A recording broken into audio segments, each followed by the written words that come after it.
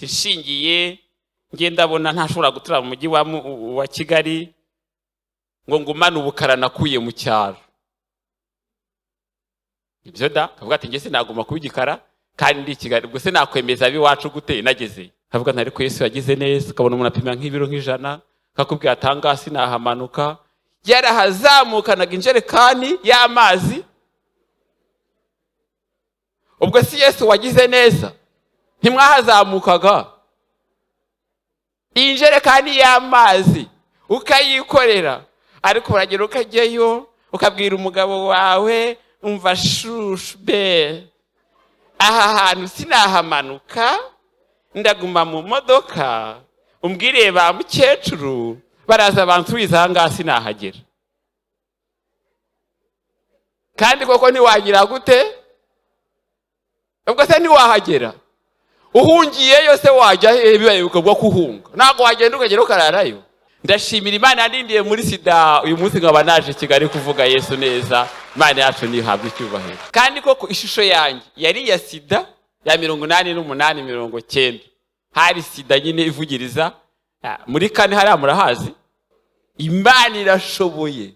Hari gihe wibwira ngo kuko ari wowe uzi gukora, niwe mugabo uri mu rugo ngo udahari ngo ntago babaho, nupfa bazabaho kuko Imana yabavuzeho. Hakaba hari umugore urahangaha ngo ni ngewe wize, ngo ni ngewe ufite akazi, ngo urabona ngo amusori ngo nkora muri banke, ngo ibindi ngo nkora muri hehe hari hose, ngo nkora muri ministeri, ngo umugabo wanjye ni umushomeri, ngo buriya mutamfite mwabaho. Babaho. None se hari abantu babyibushye Imana yaravuze ngo izateraho inyama. Ngaho muhe amashyi tuyishimira. Buriya Imana ni nziza, gusa uri mu cyaro i Muhanga ni byiza, ariko amugani w'umushumba hari umuntu w'i Kigali irahisezerana ngo uzajya i Muhanga.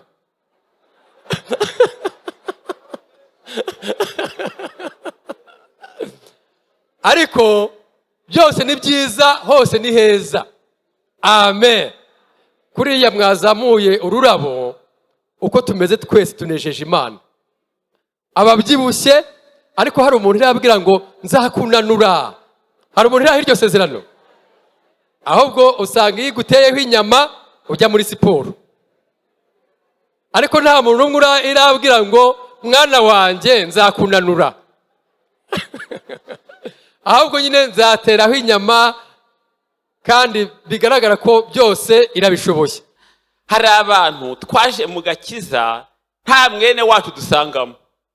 Bene avuge ngo ni mwene wanyu wakuraritse, ni ababyeyi bawe wavukiye mu iri torero usanga bari aho ngaho nawe urabakurikira, cyangwa se n'undi muntu runaka akaba yaramagawe n'Imana yonyine, agahamagarwa n'izindi ndirimbo baririmba, agahamagarwa n'abasenze bati ngo uzatubere umushyitsi, akaza Imana ikamufatira aha ngaha. Uyu munsi wa none akaba ari umukozi w'Imana. Imana yacu nihabwe icyubahiro. Twashimaga Imana rero ko yaturinze, kandi nyishimira yuko narashatse Imana yo kubyara, mfite abana, nabyaye abana 5, hariho 4. Ibyo ndabyo ndabishimira Imana kuko yagize neza, kuko mu mugisha wo kubyara Imana yatanze nanjye yarawumpaye. Ibyo nayo ndabishimiye, nishimye.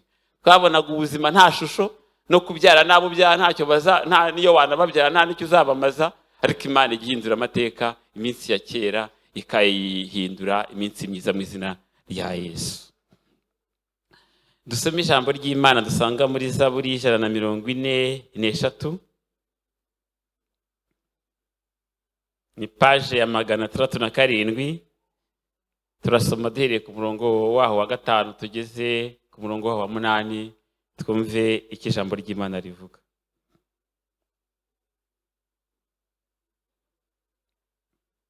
Ijana na 143, Zaburi 143 5 tugeze ku 8.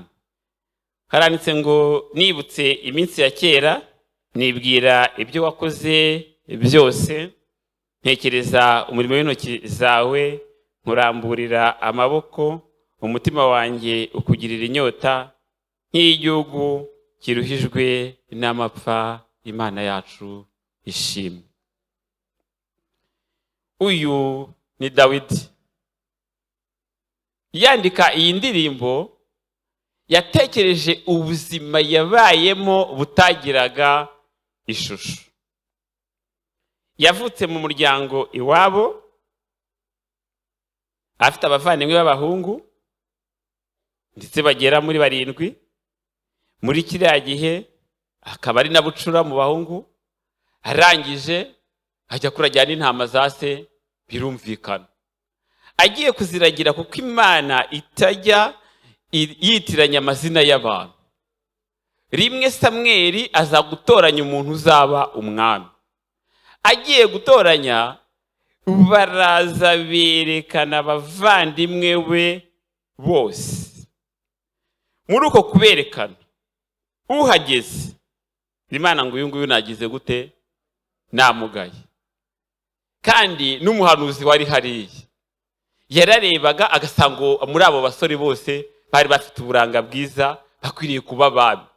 Nawe akajya gusukaho ihembe ry'amavuta ku mutwe wiwe, Imana ikamubwira ngo atansiyo, uwo ngo nagize gute? Namugaye. Hageze abantu baravuga ati aryo byose nshobora kuba navangiwe, ntagombaga kuza ahangaha, si Imana yantumye ahari. Ese abahungu bose ko babanyeretse, ariko aza kugira ubwenge. Arabaza ati mbese nta wundi muhungu ufite mu bana bawe utari ahangaha? Arambwira ngo hari umwana w'umuhererezi, arambwira ngo ntiturya ntitunywa ntacyo dukora atari yaza, Imana yacu nishimwe. Araza, hageze Imana ibwira umuhanuzi ati ba Eliya bo wibeshyagaho, ba Aminadabu wibeshyagaho, ba Shama wibeshyagaho, ntabwo ari abo ngabo ahubwo nguyu nimikishije amavuta. Iramwimika, kandi mwimika Sawuli ari ku ngoma. Reba kugira ngo wime uzi ko ubaye umwami, nyiri igihugu agihari. Yagombaga kurwana intambara kuko nta kundi byari kugenda. Rimwe rero uyu mwami agaterwa n'abazimu, ariko abazimu be bagakizwa n'inanga iyo bacurangaga, imyuka mibi nibwo yageraga gute? Yahungaga. Baza kumugira inama rero, aza kubaza ngo umuntu ninde waba uzi gucuranga muri iki gihugu? Baramurangira bati hari umwana w'imfuru uzi gucuranga w'uburanga kandi witonda, uyu nguyu ne wagira icyo yakumarira. Aramuhamagaza ngo akaza yahacuranga koroherwa, ubuzima bugakomeza. Umunsi umwe rero aza kugira ingorane, navuga ngo ni ingorane.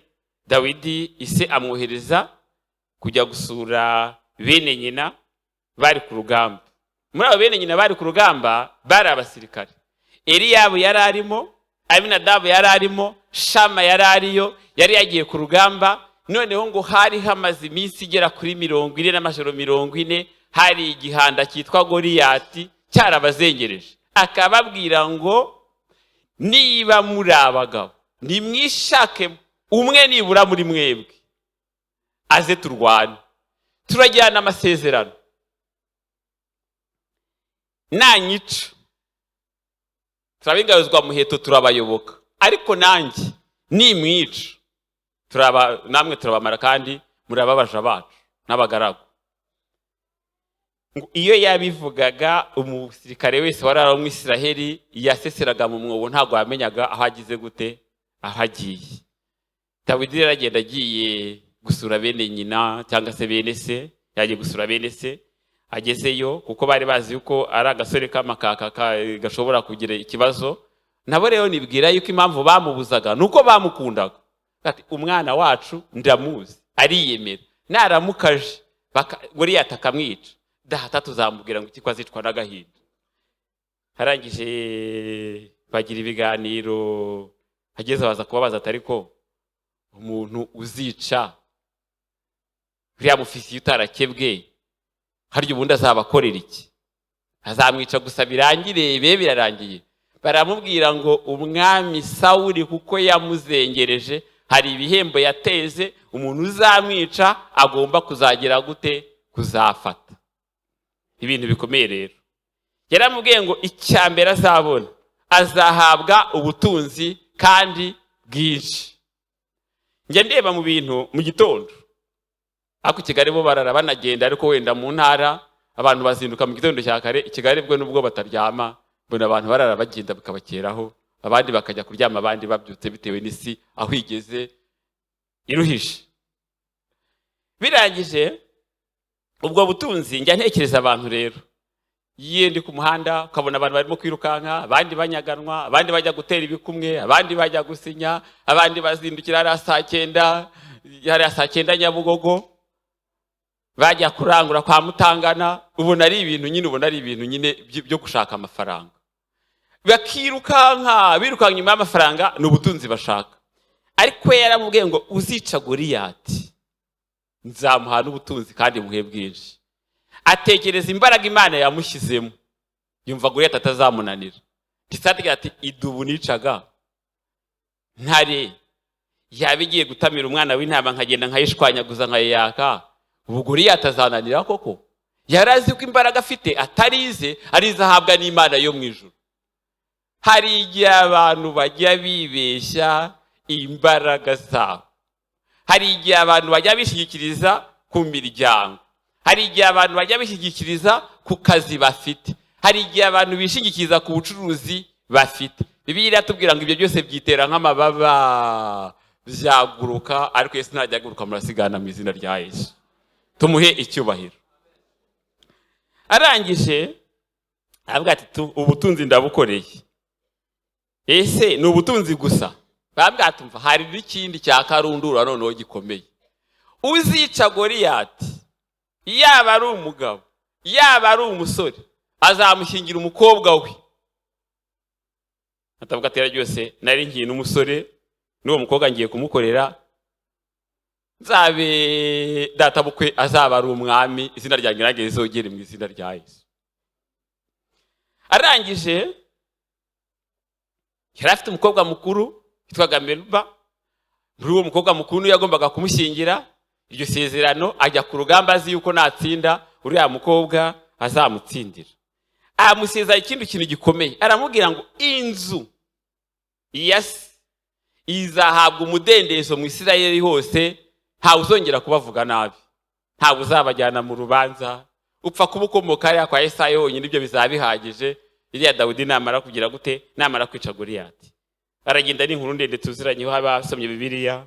Aragenda bene nyina baramubuza, ariko aranga. Aragenda asanga Sawuli ati ngende umva uwo muntu namwica. Yesu uzamwicisha iki wa mwana we? Hata ariko nzamwica. Amusubira mu bigwi by'ibyo yakoze. Arangira ati ngaho nimapfe kukwambika imyenda y'urugamba wambare ndebe yuko nakwica we nta cyapfaga n'ubundi. Hari umuntu upfa abantu ntibarire, arizwa na bene we, ariko hari umuntu abantu bapfa bose ugasanga abantu bose igihugu cyacitse umugongo ubakarira. Yari umuntu mwiza, yari iki, ariko akenshi bakunda kurira bari bakize. Ni ukuri da, abari bakize no bakunda kurira iyo bapfuye, ndetse banareba n'umwana bati umwana apfuye yararangije kaminuza, twayipostinga abantu bose bakajya bahererekanya ingofero yari yayihengetse bayimushyiriyeho bagize gute. Ariko wa mwana wibera mu giturage wapfuye nta mpostinga ngo yapfuye kandi yari umusore banganaga. Abo nyine baba bafite ibigwi, bafite n'amateka, niyo mpamvu bagira gute, bavugwa bikamenyekana. Arangije ngo agize muri bya byenda bari bamuhaye by'intwari na bya bare n'ibiki byose, yagize yumva ntibivamo. Ibishe bitavamo, avuga ati nkuramo nagahariye, ibisina bimenyereye. Buza urugamba uko rwagenze, afata utubiye dutanu, aragenda amutikura mu gahanga, amuca igihanga, arangije agishyira Goliyati. Imana yacahabwa icyubahiro. Ugira ngo se byaramunejeje? Hari abantu bagira umutima w'ubugome, bakagira umutima w'ishyari, naho wabakiza umwanzi wabo bakaba baguhigisha icumu. Birangije akajya amuhiga uko bwije nuko bukeye. Aho twasomye kare, aho twasanze inkuru z'ukuntu Yonatani yari yamubura, aramubwira ati noneho data yacururutswe yizire mu rugo. Araza, amaze kuhagera afata ababazimu barongera bamutera, ngo akaraga icumu araritera Goliyati. Dawidi arizibukira, amaze kwizibukira ngo rifata mu rusika. Abana bo ntabwo bamenye urusika icyo ari cyo, ni inzu z'ibyatsi za kera. Izo nzu z'ibyatsi bya kera babaga barubatse ibintu by'urubingo bikitwa urusika. ubwo ni nk'urukuta rw'iminsi wa none, ni ikintu kigabanya, ni nk'icyumba kigabanya icyumba n'ikindi, nirwo rwari urusika. Ariko ubu ntabwo twabura abantu babayemo hano munsi y'abazizi. Ayo ni amateka nayo ntakibagirane, Imana yagize neza. Nibutse no rusika, nibuka ko bacu bambwiye yuko umunsi bambyaye navutseho. Navutse bujuje inzu y'amabati. Uyu munsi bambyaye ngo niho bambyariyemo iryo joro nagezemo barambyara, ubwo sinanyagiwe, Imana yagize neza. Ariko reka mbabwire, izo nzu z'insika nari mfite mukuru wanjye yari ayifite. Yari inzu y'ibyatsi ifite agasongero, ariko n'ahandi zari zihari hose nyine, ndavuga iby'iwacu ntabwo iby'iwanyu simbizi. Noneho birangije twagiyeyo ndi umwana, imvura ikagwa, yagwa hakamanukamo ibintu bimeze nk'amaraso bikajya bigwa ku bantu. Harira nti ngewe ndatashye singiye kwicwa n'amaraso yahangaha muri iyi nzu, ngira ngo ni amaraso kuko nari umwana. Imana yacu nishimye. Ubwo rero Imana naho bagutera icumu yagusimbutsa ukarirenga mu izina rya Yesu. Imana yacu nishimye. Ndagiye mbona Imana isimbutsa abantu amacumu atandukanye. Hana nishimwe. Tibuka nongeye gutekereza ukuntu muri aseti bawagira ngo bari baramuntumye, ntarindi ku Kamonyi, hera hamwe zirahaza, zihaje zisanga wo narindi, kiye kubona bati ufate igipapuro cy'induza, nayo mfite igipapuro cyari kiriho amazina yanjye, hera hamwe ije irakimbaza, ikimbajije nari ndahantu ndakihereza, ngira amahirwe ntago yari izi gusoma, narabibonye iyo ntera hamwe kuko yagifashe macuri. Uko nakimuheje nari ndyamye ahantu, igifata amacuri, mbona iragize gute, irakimereje ngo twigendere, uyu nguyu n'uwo mu bacu. Ndavuga nti Imana uhabwe icyubahiro. Ubwo rero ndagira ngo mbabwire ngo iminsi ya kera uyibutse wayiramburira amaboko. Imana yacu nishimye. Umunsi umwe nanone mu minsi ya kera twarahunze, ngiye mvuka ahantu bita Nyabikenke. Ubwo twari hari ako Kamonyi, Nkotanyi zihageze, dutambuka twerekeza iwacu Nyabikenke. Tugeze Nyabikenke mu gihiriri cy'abantu, wahunze n'ububizi, ihene zabaga zizirikanye, inka zizirikanye, ibintu byose bifatanye kugira ngo abantu bataba ihene zabo, n'abantu n'ibintu n'ibirago n'ibitebo n'ibiki byose. Icyo kora Imana n'umukozi w'umuhanga, nagiye mbona abantu Imana yatungishije isekuru, akagira ubwenge, agahungana isekuru. Wahunganye matora yahitaga ku nzira, wahunganye isekuru, abahunganye ibyo kurya baragendaga bagasekura, muri ya sekuru ye bakamuha ifu nawe akarya. Burya Imana yagutungisha ikintu utagize. Ubu wakubwira abasirimu bagiye bafata imodoka, ukajya kubona ukabona esansi irashize, agitaye aho ngaho aragiye. Bakirukorera bya matora bya dubure, ukajya kubona ukabona agitaye aho ngaho aragiye. Ariko reka mbabwire, Imana yatungishije abantu isekuru ntishoboye. Imana irashoboye. Hari igihe wibwira ngo kuko ari wowe uzi gukora, niwe mugabo uri mu rugo, ngo udahari ngo ntago babaho, nupfa bazabaho kuko Imana yabavuzeho. Hakaba hari umugore uri ahangaha ngo ni ngewe wize, ngo ni ngewe ufite akazi, ngo urabona ngo amusori, ngo nkora muri banke, ngo ibindi, ngo nkora muri hehe hari hose, ngo nkora muri ministeri, ngo umugabo wanjye ni umushomeri, ngo buriya mutamfite mwabaho. Babaho kuko nawe waje aho ngaho wari uriho, babaho. Umuntu atungwa n'Imana ishobora byose, igira abikoresha ariko ikabatunga mu izina rya Yesu. Turiho icyubahiro, Imana yacu yagize neza. Icyanyuma rero ntekereje, nibutse iminsi ya kera, twaragiye tugeze mu nzira, ngiye kubona mbona hari bariyeri z'intera hamwe. Bambonye hirya bati wowe utugereho warangije kwipfusha, kandi byarashobokaga ko nari ndi handi mu gacurabwenge munsi y'umuhanda. Ngiye kubona mbona hari abakobwa bari bafite amarasoro murayazi se mama, tari amapiki, barimo kwicukurira. Hari igihe cyageraga aho kwicukurira bakaguhamba aho wicukuriye, utagiye kurushya abantu b'abandi. Bati wowe tugezeho warangije kwipfusha, ndapfa nzira iki? Ngo mva kema k'inyenzi mbese, ko bahise bambwira ngiye ntabwo ndi inyenzi. Yaba narindiyo zirera ku Kamonyi mba ndi kugenda nzigira, ahubwo ndimo ndazihunga. Nuko ngiye kubona mbona intera hamwe iranyitegereje, ngo wabagahe? Nabaga i Kigali. byahebwe navuye ku Kamonyi ntabwo nari Kigali kuko kugira ngo bigire formule cyangwa bigire inyito Imana yambwiye ngo nabaga i Kigali. Aranyitegereza ngo shanga uyu nguyu ngo ni mwene wacu ngo yarwaye sida. Ngo ni mumureke kuko yarwaye iki? Yarwaye sida. Ndavuga nti Imana nawe ahangaha ndaharokotse, Imana yacu nishimwe. Ubwo rero niyo mpamvu nibutse iminsi ya kera, kandi koko ishusho yanjye yari ya sida ya 88 90. Hari sida nyine ivugiriza muri kane hariya murahazi?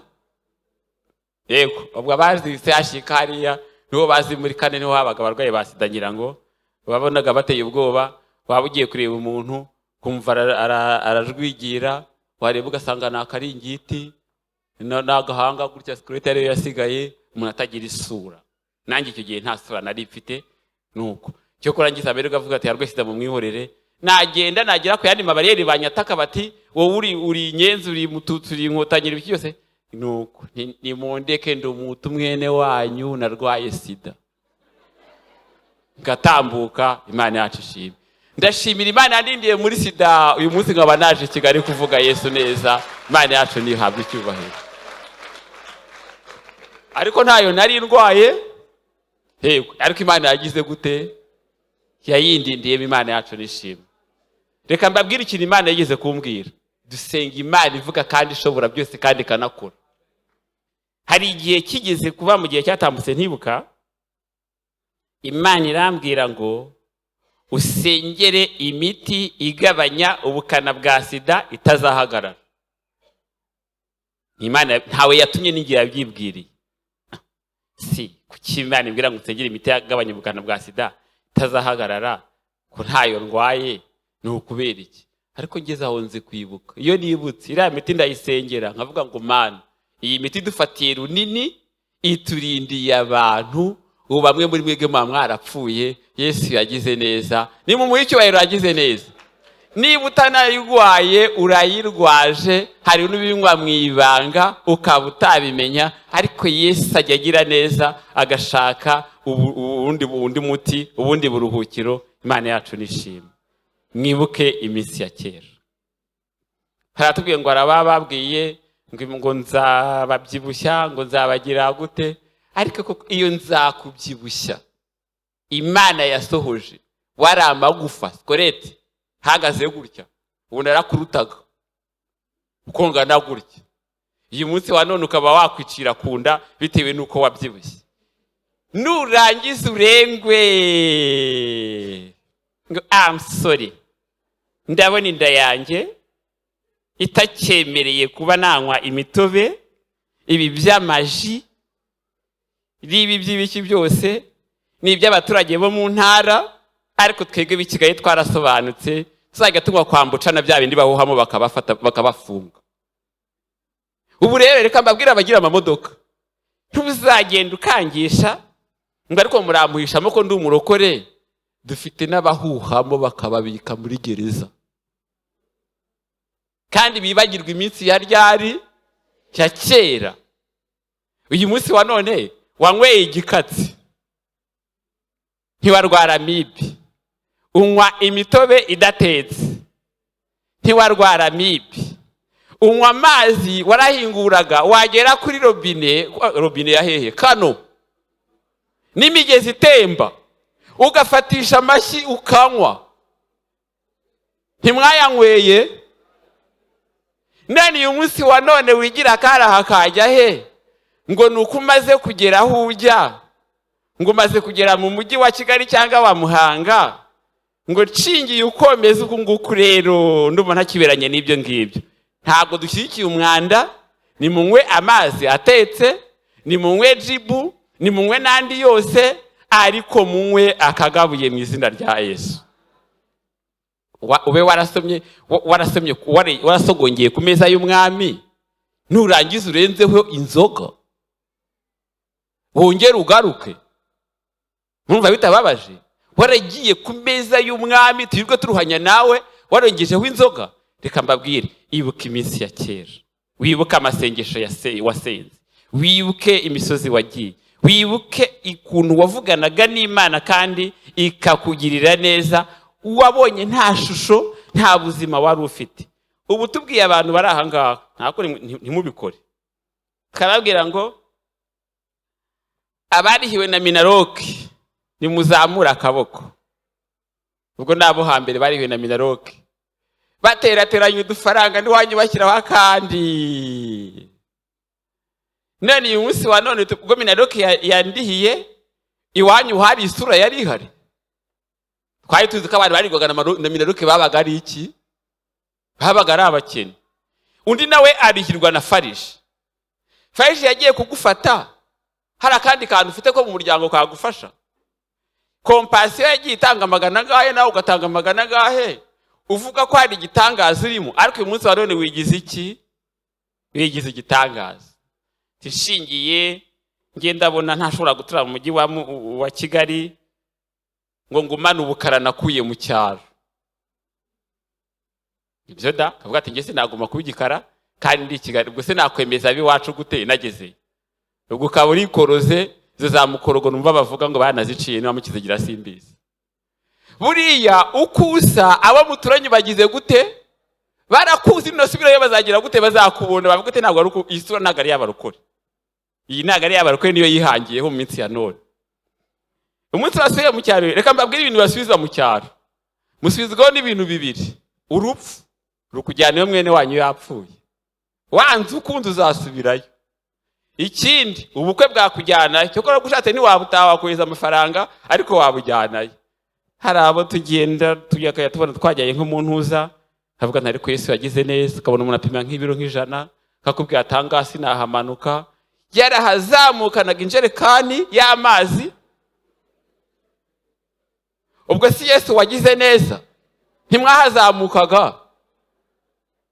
Injerekani y'amazi ukayikorera, ariko uragera ukajyayo ukabwira umugabo wawe, umva shushu be, aha hantu sinahamanuka, ndaguma mu modoka, umbwire ba mukecuru baraza bansubiza aha ngaha sinahagera. Kandi koko ntiwagira gute? Ubwo se ntiwahagera? Uhungiyeyo se wajya bibaye ukabwa kuhunga? Ntabwo wagenda ukagera ukararayo. Nagira ngo mbabwiye rero ngo imiteto muyigizeyo, dufite Yesu ugira neza, ariko Yesu yaduteteseje, nimureke tumuhe icyubahiro, nahabwa icyubahiro agize neza. Imana yacu nishimye. Dufite Imana ishobora byose, ihindura amasura y'abantu, iteraho inyama, igaburira abantu, ituma abantu biga, ituma bacuruza, ituma bajya mu nzego bwite za leta. Ukabona nka Ndagijimana ndayambaje, ukabona baramutoye. Bamutoye se yiyamamaje? Ni Yesu wamwamamaje. Imana ishimwe rero. Reka dusome irindi jambo dusanga mu butumwa bwiza bwa Luka 17.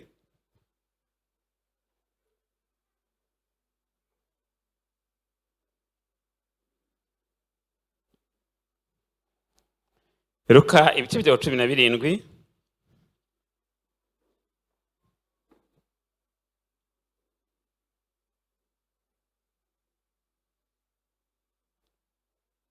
Turahera ku murongo waho wa 11, turebe ko Imana ishobora byose. Nagira ngo mbwire abadogiteri bari aha ngaha ko atari bo baganga bonyine. Na Luka yari umuhanga kandi yandika n'igitabo, kandi ari umudogiteri wavuraga abantu b'Imana. Hari igihe abantu bajya bavuga ngo abantu bize ngo ninjiji, ngo abantu ngo bakijijwe ngo ninjiji gusa. Babivugaga kera bataramenya ko na Luka yagize gute? Yego. Dusome mu izina rya Yesu. Yesu akiza ababembe 10. Nuko bari mu nzira bajya i Yerusalemu, anyura hagati y'i Samariya n'i Galilaya. Akigera mu kirorero asanganirwa n'ababembe 10, bahagarara kure, barataka cyane bati, mutware Yesu tubabarire. Ababonye arababwira ati, nimugende mwiyereke umutambyi. Bakigenda barakira. Mwe muri bo abonye akize agaruka ahimbaza Imana n'ijwi rirenga, yikubita imbere y'ibirenge bye aramushima, kandi uwo yari umusamariya. Yesu arabasubiza ati, Yesu aramubaza ati, ntimwakize muri 10, ba bandi 9 bari he? Nta bandi bagarutse guhimbaza Imana keretse umunyamahanga? Kandi aramubwira ati, byuka wigendere, kwizera kwawe kuragukijije, Imana ishimwe. Aba bantu bari bafite ikibazo kimwe, bari barwaye kimwe, bose bari ababembe. Kandi tuzi yuko umuntu wabaga ari umubembe mu Isirayeli bamutaga inyuma y'ingando, ntago yabaga yemerewe kubana n'abandi bantu ahariho hose. Bamenya yuko Yesu agira neza, kandi bamenya ko Yesu afite ubutware bwo gukiza. Niba bari barashyize ishyirahamwe, n'amashyirahamwe yabaye kera, ubwo wagira ngo n'ishyirahamwe ry'ababembe ryabagaho. Kuko muri kiriya gihe baragiye bibera hamwe, bamaze kuba hamwe, barahagaraye ahantu hamwe, batakira Yesu, baramubwira bati, Yesu tubabarire. Barabwira ngo nimwigendere mwereke umutambyi. Ngo bakigenda barakira. Bamaze gukira, umwe w'umusamariya. Iyo tuvuze Samariya ukavuga na Yerusalemu, n'ubundi byose byari Isiraheli, ariko Isiraheli yaregabanyijemo kabiri. Igipande cy'Isamariya gisigara gisenga ibigirwamana bitewe n'abami babayoboye. Uyu nguyu rero yari kumwe nabo, amaze kuba nabo amenya ko Yesu yagize neza. Uko ari ibintu Yesu akorera abantu bakumva ari ibisanzwe, ariko burya ntago ari ibisanzwe, ahubwo Yesu aba yagize neza. Imana yacu nishimwe. Hari abantu rero Yesu yagiye akorera ibintu nabo bakamenya yuko babikoze. Dufashe nk'urugero Yozefu ari kwa muka Potifari, bari babiri, bari bonyine, nta n'uwari kubabona, ntiye no kuzamuvamo. Ariko yavuze ngo Imana nkorera y'abasogokuruza irahari, mugati nanjye ndakugezayo paka n'urupfu. Cyoko Imana iramurengera, ntibamwica, bamubika muri gereza. Imana irahamusanga. Yibuka iminsi ya kera, yibuka ukuntu umuryango wabo wabanye n'Imana, yibuka Yakobo nubwo bene inyama ye baramemukiye, aravuga ati Imana sinzayivaho, ararahira ati Imana yacu nishimwe. Nagira ngo mbabwire rero ngo uzibuke gushima. Ushimira Imana aho ibaye igejeje. Nibisigaye nabyo izagira gute? Izabikora. Ibintu byatuma dushima Imana rero uyu munsi wa none ni byinshi. Kuva mu kwezi kwa mbere kugera mu kwa 11 kwenda kurangira, ntiyakurinze. Nubwo wanapfushije ntiwabonye abagutabara, wapfushe muri mwebwe. Yesu uramutse upfushije abantu ntibaze kugutabara, wabigenza ute? Wamwihambira byahehe? Ariko Imana yarahabaye mu mpande zose, irakurengera. Birashoboka ko hano haba hari umukobwa warambagijwe muri uno mwaka, ubakaba azashyingirwa, kandi n'imyaka yose yatambutse bakaba batarigeze bamurambagiza ngo baze ubukwe buzabe. Birashoboka ko hari umushomeri ukaba warabonye akazi. Birashoboka yuko utagiraga ahuba, Imana ikaba yarakubakiye. Birashoboka ko wabaga mu ntara, Imana ikaba yarakuzanye mu mujyi wano wa Kigali. Birashoboka ko hari ibintu byinshi Imana yagukoreye, wavuga ngo Mana ndagushimiye, kandi bikoze ikabikora idashingiye ku kintu kimwe wabona wishingikirijeho. Ikora nk'abantu bize bo baradepoza, agakora ikizame, akagitsinda, bakamufata, wenda yavuga ngo ubwo n'ubwenge bwanjye, ariko ntago ubugira wenyine, ntiwize wenyine. Hari n'abandi mwakoranye ubarusha gace, ujya muri interview ubona Imana ikinze ukuboko. Nta kintu wakangisha cyonyine n'iki ngiki na kimwe. Turarangije. Imana yacu nishimwe. Ejo bundi nigeze kujya muri graduation, ejo bundi gihe yari yahabereye, ngiye kubona mbona baratubwiye ngo harangije abana 8,838.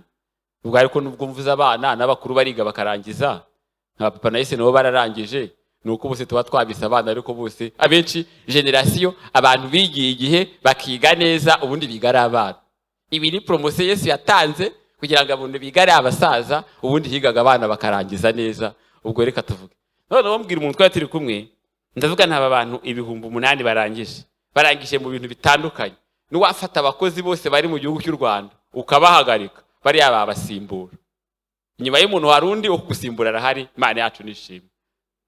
Twibutse iminsi ya kera. Hari iyo wibutse itekerezeho, tekereze aho Imana yagukuye hari kure, ngo iwabo w'inyamaswa zihuma, ahantu udashobora gutekereza. Nimvuga kwe nuvuge ngo ni mu giturage, nuvuge ngo ni hehe, ushobora kuburanga ukaba utwara uri mu giturage. Nabyo birashoboka. Wowe utekereza ubugingo bwawe n'ubuzima bwawe n'ishusho y'isura yawe n'uko wari uri naho wavutse, ubwire ngo Mana, shingiye ko wangiriye neza, kwereye umunsi wa none ngiye kugukurikira ntaryarya. Igihe nibeshye agakiza ni kenshi, igihe nibeshye ubugingo ni kenshi, ariko yereye umunsi wa none ibyantandukanyaga nawe byose ndabiretse. Ubugome, ishyari, inzangano, amoko, kugumanwa, ugasanga ucuruzanya n'abantu, ukumva bahava ukasigara wenyine, umukiriya yajya hariya ukajya kumurembuza ngo ngwino, araza aho agiye waretse akaza yizanye, uramushakaho iki? Ko Yesu akohereza abawe. Ibyo byose rero umuntu atarabyihana nta bugingo ateze mu izina rya Yesu. Ariko Yesu agira imbabazi. Tugiye gusenga Imana rero, turebe ko hari umuntu waba ari ahangaha akaba ashaka kwakira Yesu nk'umwami n'umukiza. Uwo niwe dukeneye. Niwe ijambo ryaziye. Hari uhari? Wenda mwagiye mujya mu biterane bitandukanye, tukabwira abaririmbyi ngo ngwino winjire mu rugo rwa data, inyuma ni habi, ngwino winjire. Ntabyo dukoresha uyu munsi. Ibyo tubikoresha nk'ugaburira umwana w'umukire, kuko umwana w'umukire kumugaburira biragorana. Ibiryo biba bihari, ugomba kumuvugiriza uturingushyo, ugomba kuvuga ngo birye, ndaguhemba, nzakugirira gutya, nzagusohokana, nzakujyana mu myicundo, nzakujyana hehe, arariye, bagakoma amashyi. Ibyo rero nawe ukaba uri ahangaha, nutabikorera umwana wawe ngo arye, azarwara bwaki, uzaba ubuze ubwenge. Ariko umukene we amenya aho biri, ntakenera bajya kumubwira gute n'ibiki, aho byaraye mu masoro niba byaremye mu isafuriya, ntakenera imishyushyo. Niba ubona iwanyu haba imishyushyo, nuko mufite uko mumeze. Imishyushyo iba mu bakire, abandi babirira aho ngaho. Yego, nutabishyushya rero abana bakazarwara inzoka, bakarwara ibiki byose. Buriya bari abana bafite ubudahangarwa butandukanye n'ubwabawe. Nta ushaka kwana ngo tumusengere, ushaka kwakira Yesu bwa mbere nk'umwami n'umukiza, nta urimo. Nta waguye, shobora kuba waraguye abantu batabizi, toro itabizi, aho ukora hose batabizi, ariko abo mwagwanye barakuzi ko waguye. Uramutse waraguye ukava mu byizerwa, nubwo batagutenze, aya mahirwe no kugira ngo wakese umwami n'umukiza yongera kubabarire. Imana yacu nishimwe. Ndabona nta waguye uri ahangaha, yabonetse. Dukomere Imana yacu amashyi. Yatambuka akigira imbere ahangaha, nawe nimutambukane muze mwese, dukeneye abari baraguye. Nimutambuke muze, ariko n'umwe muririmbe ngo ngwino winjire, niba hagera muceceke, natwe tubagaburire nk'abana babakire mu izina rya Yesu. Ngo mugatere.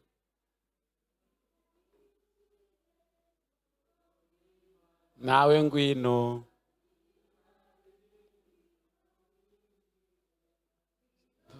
wishire mu rugo rw'Imana, mari habi, ngwino winjire.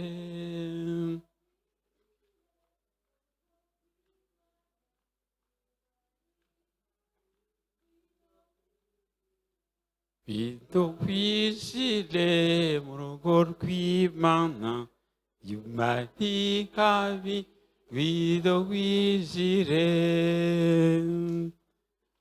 Urugo rw'Imana, mari ngwino winjire. Mwaguma hasi nta kibazo. Urugo rugo ribabereke aho batabafashiriza.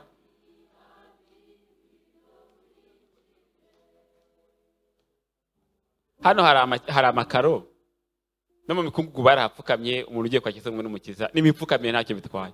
Dusabe abakozi b'Imana batambuke baze babarambike ibiganza, mugaruke mu nzu y'Imana mu izina rya Yesu.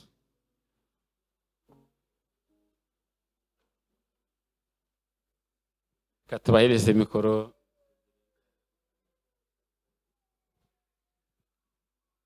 Imana data wa twese y'imbabazi nyinshi kandi Imana igira neza, abangaba bumvise ubutumwa bwiza kandi bemeye guca bugufi, kuko ubutumwa bwiza bumvise aricyo byeretse imitima yabo. Mwami Uwiteka, none ubwo baje baragupfukamiye kugira ngo Mwami Uwiteka bagusabe imbabazi. Natwe nk'abakozi bawe turambuye ibiganza kuri bo, kuko natwe waduhaye umurimo, tubasabira mu izina ryawe Yesu Kristo imbabazi zawe kugira ngo zibe kuri bo. Kandi Uwiteka Imana data wa twese, ibyo bakoze bitagushimishije, niba se baraguye bakava mu buntu bwawe, wongere Mwami ubagarure kandi ubabarire, ubejeshe amaraso yawe Mwami, bongere bandikwe Mwami Yesu Kristo mu gitabo cy'ubugingo, bakurwa mu gitabo cyo kurimbuka. Turabasabiye Mwami Yesu Kristo kugira ngo ukuboko kwawe kwiza kube kuri bo, kandi wongere ubite abana bawe by'ukuri. Ndagushimiye Mana ko ubikoze, ukababariye, ukabejesha amaraso yawe.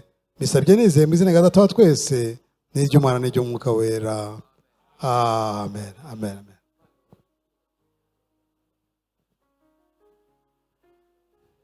Mwebwe muzashaka abayobozi banyu kugira ngo bazabashe kubafasha. Imana ikomeze kutwitaho. Reka dusabe itorero ryose duhaguruke. Shaka umuntu arwaye, shaka uburwaje, shaka ufite intege nkeya, shaka ufite ibyo watekereje mu mutima wawe.